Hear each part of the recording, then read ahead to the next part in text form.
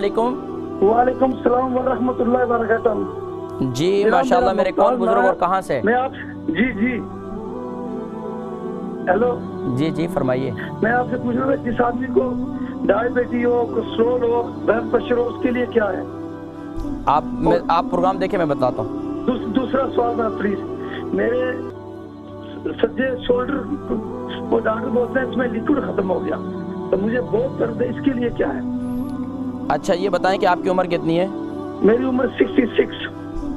66 माशाल्लाह। आपका नाम क्या है? मोहम्मद मुमताज। मोहम्मद मुमताज़ भाई, कहाँ से कॉल कर रहे हैं? मैं लंदन से कॉल कर, लंदन से लंदन। मैं इंशाल्लाह आप प्रोग्राम देखें, मैं जिक्र करता हूँ इंशाल्लाह। मुमताज़ भाई थे, उनके उम्र 66 साल है, उनको शुगर भी है, ब्लड प्रेशर भी है और राइट शोल्डर में उनके काफ़ी तकलीफ़ रहती है। देखिए जी, शुगर और ब्लड प्रेशर के लिए मैंने बताया था कि इंजीर का इस्तेमाल करें। इंजीर के साथ अगर आपको शुगर भी है तो सिर्फ आप इंजीर के साथ अगर मेथी दाना भी इस्तेमाल करेंगे तो इतनी मुफीद है, इतनी मुफीद है कि आपके जिस्म में कहीं भी दर्द हो, जोड़ों में दर्द हो, आपके जिस्म में कहीं भी दर्द हो, तो इन दर्दों के लिए मेथी दाना बहुत मुफीद है। लेकिन मेथी दाने का इस्तेमाल जब दूसरी तरीके से करना होगा। अगर आपके जोड़ों में दर्द रहता है, जैसे शोल्डर में दर्द रहता है, तो आप रात को दूध के साथ, रात को एक नीम गर्म दूध के साथ एक क्या नाम है, मेथी को जो है वो पीस लें।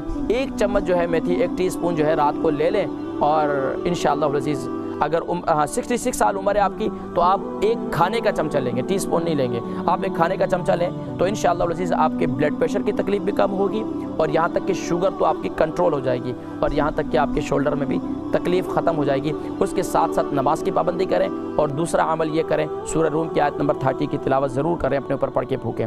अगर वो भी आयत की तिलावत के अंदर मसला रहता है तो फिर आप अव्वल आखिर दुरूद शरीफ के साथ या सलामू 131 बार पढ़ें।